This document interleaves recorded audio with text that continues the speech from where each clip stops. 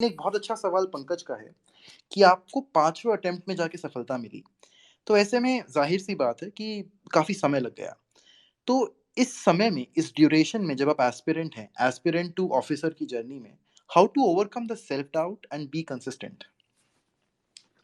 देखिए, ये जो है ना क्वेश्चन बहुत ही रेलेवेंट है। फिर ना जो सेल्फ डाउट है ना, जी। दैट इज़ द जो सबसे बड़ा एनिमी आपका मान के चलो जब यूपीएससी के जब लंबी हो जाती है ना जी, जी। प्रिपरेशन, जी। क्योंकि आप self doubt not only for exam, आप है ना दूसरी चीजों में भी सेल्फ डाउट करने लग जाते हैं कि ना अपनी पर्सनल लाइफ में या फिर दूसरी चीजों में। कई बंदे जैसे अगर सुन रहे होंगे जिनका ज्यादा टाइम हो गया वो रिलेट कर पा रहे होंगे कि जो सेल्फ डाउट है, क्योंकि स्टार्टिंग में क्या होता है कि अब यूपीएससी की तैयारी करते हैं तो ये सोचते हैं कि हाँ 1-2 साल में हो जाएगा। हुँ, और फिर वो लंबा खिंच गया।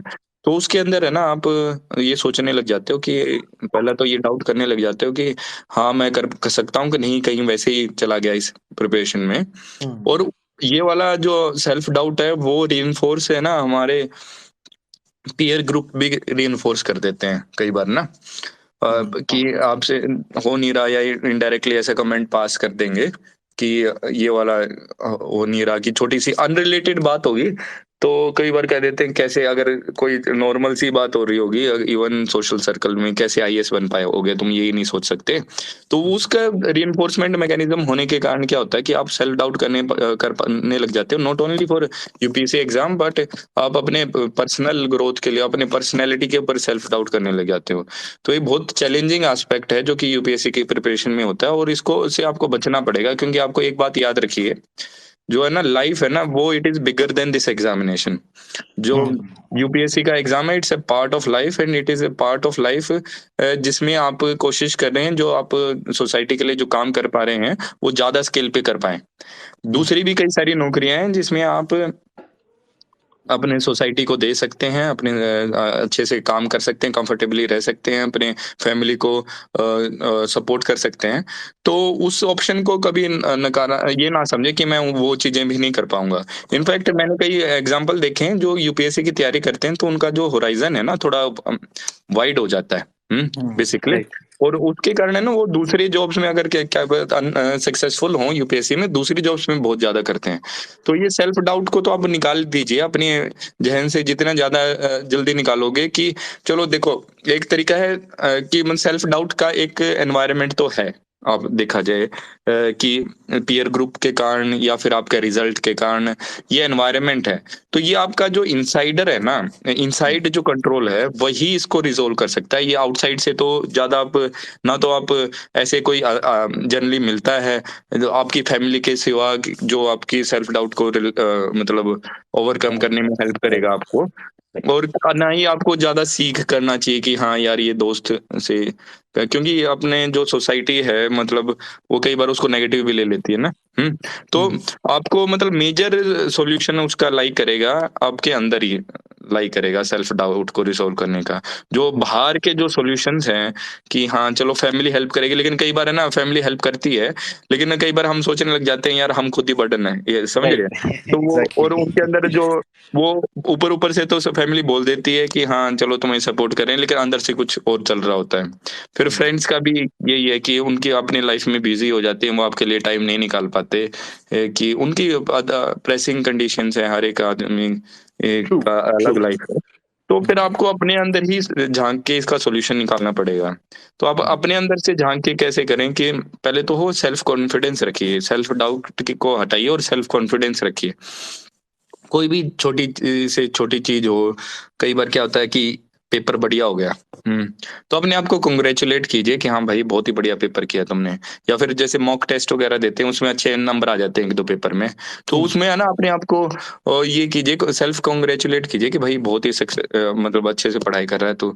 अपने जो टारगेट्स पूरे हो रहे हैं तो उसमें सेल्फ कांग्रेचुलेट कर कर सकते हैं अपने आप को। हुँ, और ऐसी कंपनी रखिए जो कि सेल्फ डाउट को रिइंफोर्स ना करे, रादर थोड़ा बहुत डिमिनिश ही करे। तो कई बार क्या होता है, कई फ्रेंड पीयर ग्रुप ऐसा हो जाता है कि जो बिल्कुल ही गलत होता है। तो उस अगर वो पीयर ग्रुप से तो अच्छा है कि आप पीयर ग्रुप ना ही बनाएँ। अगर पीयर ग्रुप अच्छा और विद पैसेज ऑफ टाइम आप रियलाइज़ करेंगे कि आप जैसे बंदे हैं ना कई सारे हैं, तो उसमें ना एक हेल्दी पीयर ग्रुप बन सकता है। लेकिन उसमें ज़्यादा टाइम ना स्पेंड करके जब भी टाइम स्पेंड करें, तो उसमें ना सेल्फ कॉन्फिडेंस वाला जो एलिमेंट है ना, उसको ऊपर रखिए। तो जैसे मेरी वाइफ़ है मीनाक्षी, वो कई बार बताती है इस मामले में हुँ, कि उन्होंने किसी एक्ट्रेस का इंटरव्यू दीपिका पादुकोण का इंटरव्यू राइट, राइट।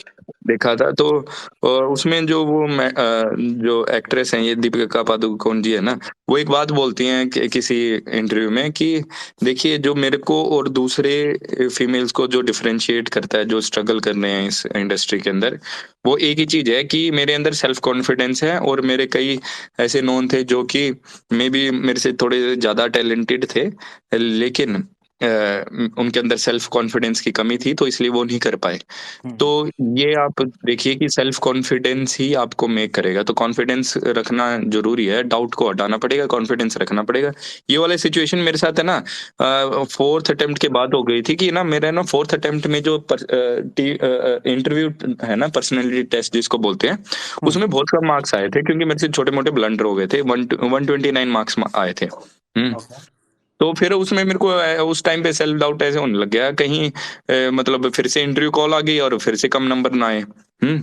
अच्छा। लेकिन फिर उसको मैंने सोचा कि हाँ, सेल्फ कॉन्फिडेंस के साथ आप तैयारी कीजिए। मैंने उसके ऑब्जेक्टिव एनालिसिस भी किया कि क्या-क्या गलतियाँ हैं, क्या-क्या इम्प्रूवमेंट की जाती हैं और उसके बाद मेरा 184 आ गया जो कि वेरी डिसेंट स्कोर है नेक्स्ट ईयर। तो राइट, मेरे हिसाब से right. Self confidence personality test में तो आपको हेल्प करेगा ही। हुँ, ये आपकी जो दूसरी जो मेंस की तैयारी और प्रीलिम्स की तैयारी और आपकी पर्सनल लाइफ में हेल्प करेगा। हुँ। तो सर जैसे अब आपने ट्रेनिंग कर ली है, तो do you think physical fitness का कहीं न कहीं कुछ इम्पोर्टेंस है अपना सेल्फ डाउट या कॉन्फिडेंस बढ़ाने में? मतलब सेल्फ डाउट कम करने में और कॉन्फिडेंस बढ़ाने में? हाँ, फिज़िकल फिटनेस का है एक रोल। इनफैक्ट मैं बोलना भूल गया, मेडिटेशन एक अच्छी चीज़ है जिससे आप ना जी, जी। सेल्फ डाउट को कम करके सेल्फ कॉन्फिडेंस की तरफ जा सकते हैं। और हुँ, साथ में फिज़िकल अगर आप रनिंग करें ना, रनिंग एक बहुत ही अच्छी चीज़ है। हम जैसे आजकल तो ट्रेडमिल पे करते हैं, अगर बाहर रनिंग हो जाए पार्क वगैरह में या वॉकिंग भी हो जाए ना, इतनी level of physical activity maintain करेंगे ना, तो अच्छा रहेगा। और एक डाइट का एक एलिमेंट है। डाइट है ना मैं हम यही पूछने वाला था आपसे कि एज़ एन आईपीएस के ट्रेनिंग में आपको सिखाते हैं कि न्यूट्रिशन पे कैसे ध्यान देना है? हाँ, न्यूट्रिशन पे यार मतलब विद पैसेज ऑफ टाइम है ना, न्यूट्रिशन ऐसी चीज़ है कि हमारे जो ना एक सर बताते हैं हमारे आउटडोर के डिप्टी डायरेक्टर हैं, डीडी आउटडोर बोलते हैं, जी, जी। सेजू सर हैं। हाँ, ये बहुत ही स्ट्रिक्ट हैं। वो हुँ, कहते हैं 3 एफ के ऊपर आपका डायरेक्ट कंट्रोल होना चाहिए। मतलब ओके। उसके लिए वो और कोई कुछ नहीं करेगा, वो आपको खुद ही देखने पड़ेंगे। एक फिटनेस हो गया, एक फूड हो गया, एक फाइनेंस हो गया। ये 3 चीज़ें ना 3 एफ। हुँ। तो हुँ, वो तो आना आपको खुद ही मैनेज करना पड़ेगा फूड न्यूट्रिशन से रिलेटेड कुछ। अब वो बिल्कुल। उसके लिए कोई बताने के लिए नहीं आएगा, तो आपको खुद ही रिसर्च करना पड़ेगा और आपको थोड़ा ध्यान बेसिक चीज़ें तो सभी को पता ही होती हैं इसके लिए न्यूट्रिशन के लिए। बस वो हुँ, है ना उसको इम्प्लीमेंट नहीं करते हैं। एग्ज़ीक्यूट देखिए करने का बड़ा हिसाब हाँ, है। एग्ज़ीक्यूट का। आप देखिए शुगर को थोड़ा अवॉइड कीजिए, हाँ, फास्ट फूड को अवॉइड कीजिए, थोड़ा जी, जी। ओवर ईटिंग कम कीजिए। हाँ, तो यही चीज़ें हैं, बस इसको इम्प्लीमेंट करना मुश्किल होता है। नॉलेज तो सभी को है इस चीज़ की।